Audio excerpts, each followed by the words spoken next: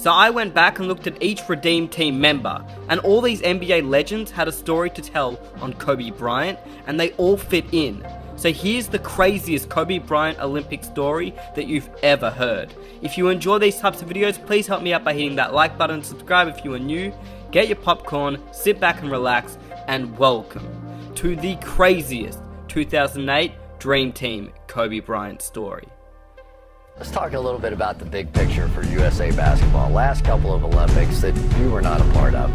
Maybe the reputation wasn't the greatest in the world. This is a different team, isn't it? It is a different team. I think it's a different attitude. I think it's, we understand the significance and the importance of representing our country. And I think that was something that was maybe missing on those past teams. It was ugly to watch. It was terrible to be a part of.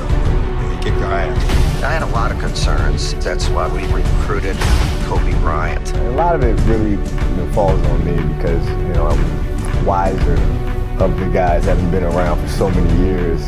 So most of the time, I set the tone in practice. I'd like to share a lesson I learned from it. It was 2008. The Redeem team was formed. And we were in Vegas for the start of training camp, and we were getting ready for the Olympics in Beijing. We're going to head to Beijing.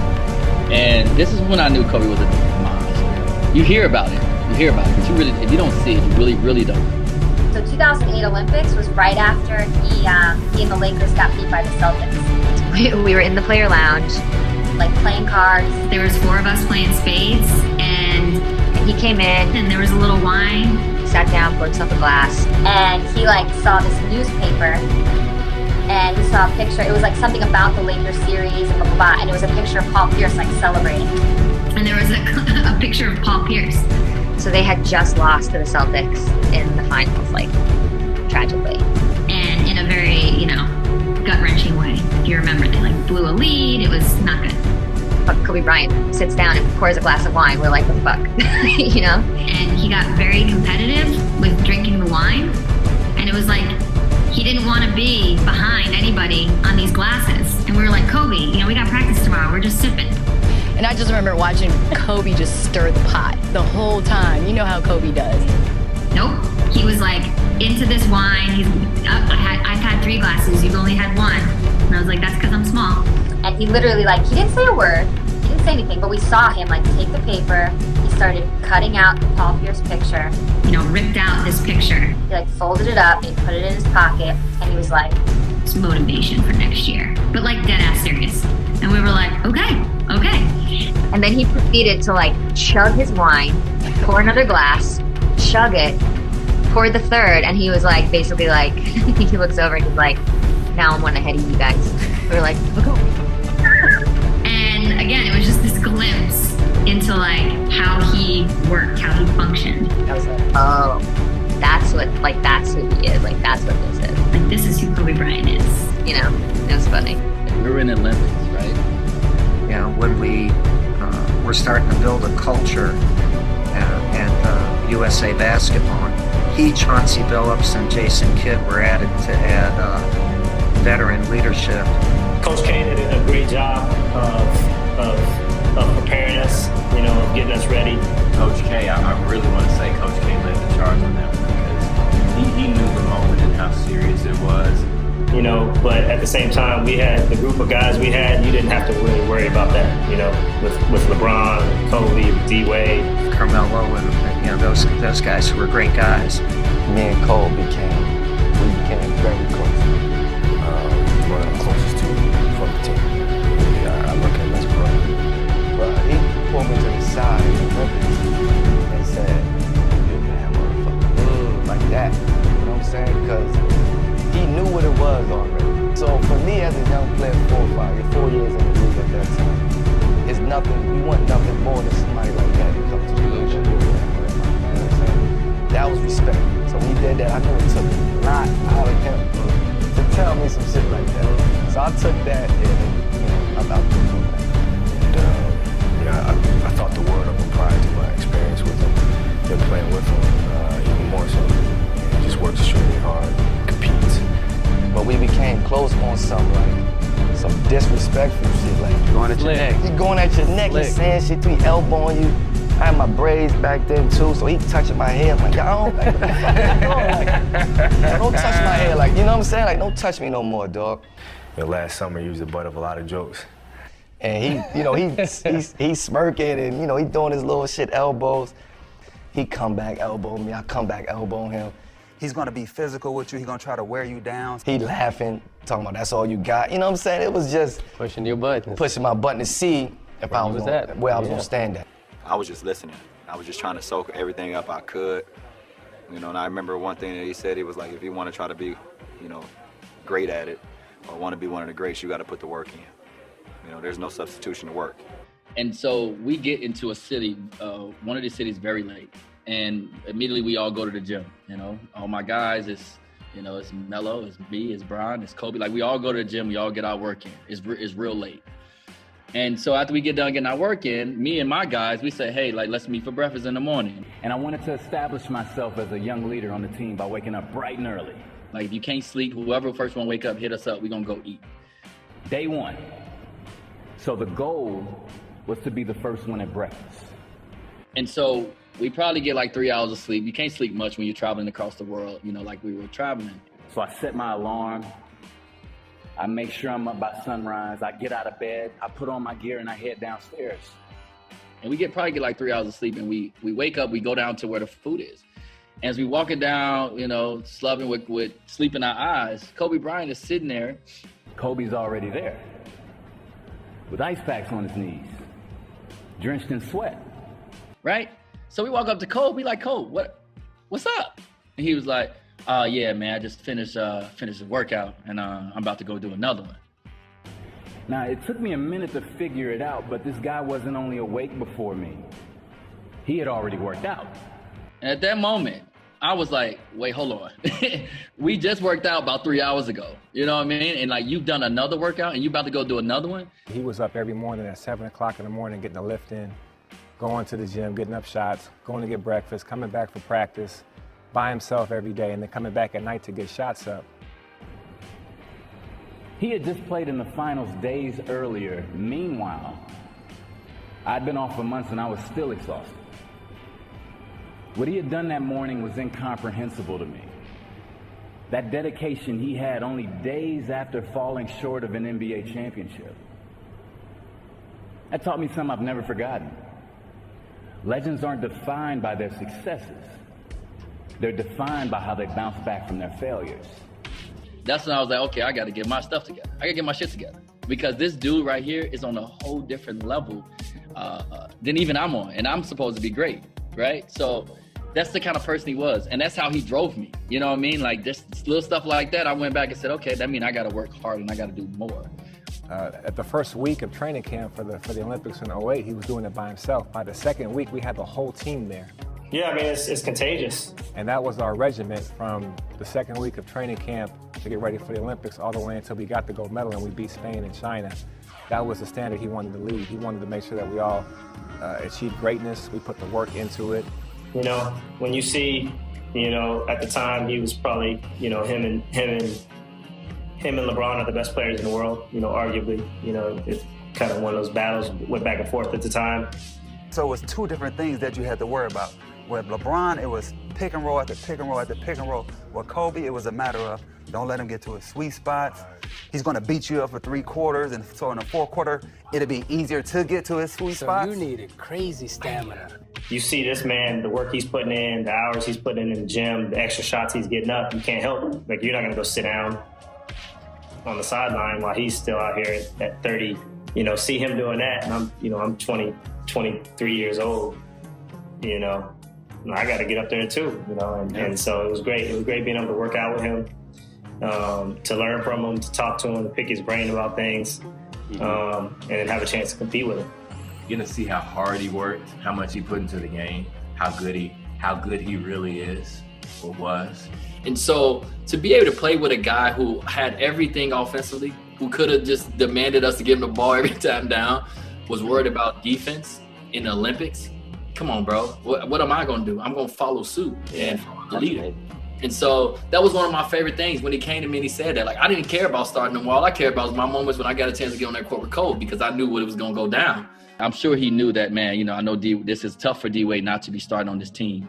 And Kobe came to me as he knew I was coming off the bench. He came to me right away and he eased my mind. He was like, listen, and he said, hey, D, when you get in the game and it's me and you on the floor, this is what I'm going to do. I'm going to pick up the defender 94 feet. I'm going to harass him. I'm going to turn him. I'm going to turn him. I'm going to turn him. And once I turn him, you do what you do. You come and like shoot at him, you know what I mean? Like to come and trap or to come and get a steal. You know, and so I got so many steals and so many dunks and so much because of the unselfishness of a star in our league. For me, I looked at that. I'm like, I'm the younger guy. I'm the least accomplished guy in this group. I should be the one that you say. He should have told me, D, you go pressure, and I'm going to do that. But his mindset wasn't that way.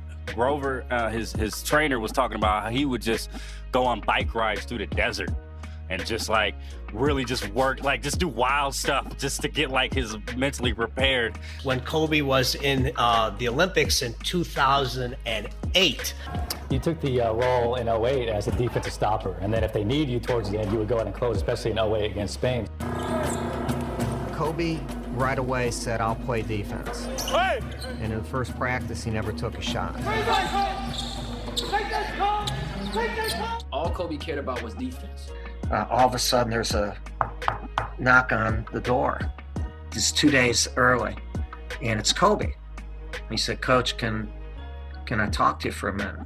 And I said, certainly. So we went to a private room, and I said, what do you need? He said, I need to ask you a favor.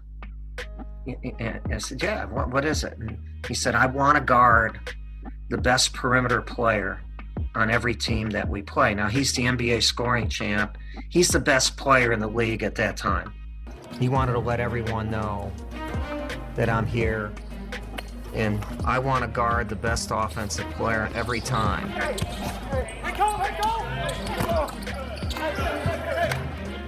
We go and we have a team meeting. In the first practice, he doesn't take a shot. He does not take one shot. Mike Krzyzewski, Coach K, was the coach, and he pulled Kobe and myself over, and he said, so I call him over afterwards. I said, yo, Kobe, you're actually going to have open shots. Will you shoot the frickin' ball? And Kobe said, I've been playing this game for I don't know how many years. I've never had an open shot. He goes, no, because with the talent that we have and the offense we're going to run, you're going to have open shots. So Kobe goes, well, where are my open shots going to be from? He said, mostly the corners. That's something that I really took the challenge of, because very rarely did he take shots from the corner. And he smiled, he had that smile. And he said from then on, I was the only coach ever to ask him to shoot. And you know what he was doing, JJ? He had this vision of moments. He knew that for us to win the gold medal, we would have to beat Argentina, whether it be in a semis or the gold medal game. And that he wanted to guard Ginobili. Believe me, he already had that figured out. And he was going to prepare to guard Ginobili. It wasn't just to set an example for his team. He had that vision. Crazy. So every single day from the moment the coach told him that, we would make 500, not miss, not take, we would make 500 jump shots from the corners. That's it. Let's not just make the shot because there's a lot of individuals that can make the shot. Let's enhance the focus. This is how the ball has to go in the hoop. This is how it has to come back to you. So those 500 shots weren't all the same every single time. That's mindset.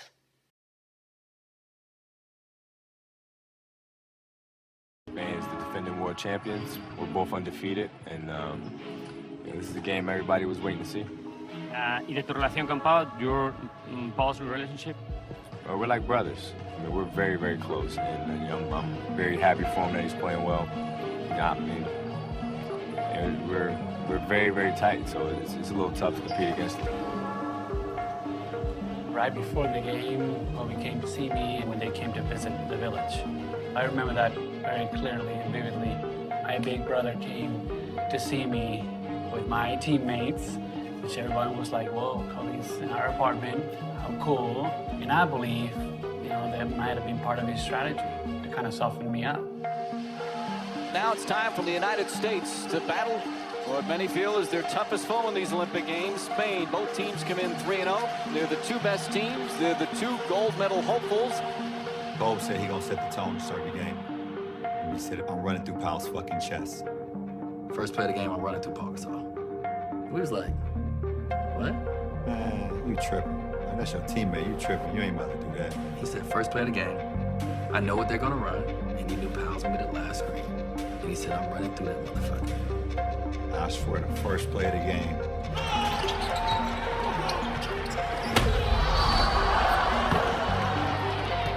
We was like, holy shit. He just went right into the middle of my chest, tried to get right through me to send a message, to not just to me, but to his teammates. Say, hey, this might be my brother. I play with him, we're close, but I don't care about anything else but winning. I'm right there in front of him. It's like, wow. Ooh. Yo. He was just like, no, he ain't my teammate right now. Fucking get up. I'm like, I love this energy. This is what we need. We was like, he did that to his teammate. Oh my God. We was like, oh, ain't no way. Ain't no way we losing this game. We about to beat the shit out of this man. And so they look for me to really have that poise in those type of situations, not get rattled, not get flustered about it. It is what it is. And so just to kind of keep that composure is part of my job.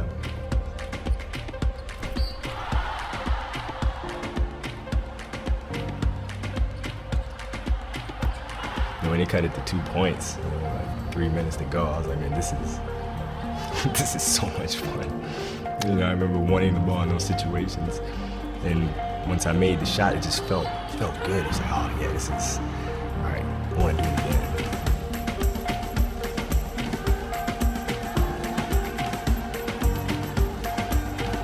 It's a different feeling. You're playing for your country. When you play in the NBA, you're playing for a particular city, a particular market. When you're playing for your country, those lines go away.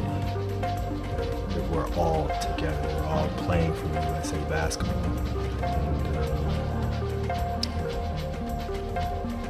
it carries a great honor with that goes above and beyond winning the NBA championship. That moment is very special.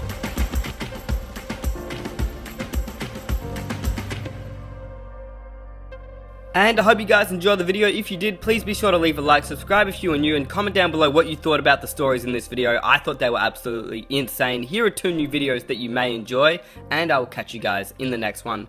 Peace.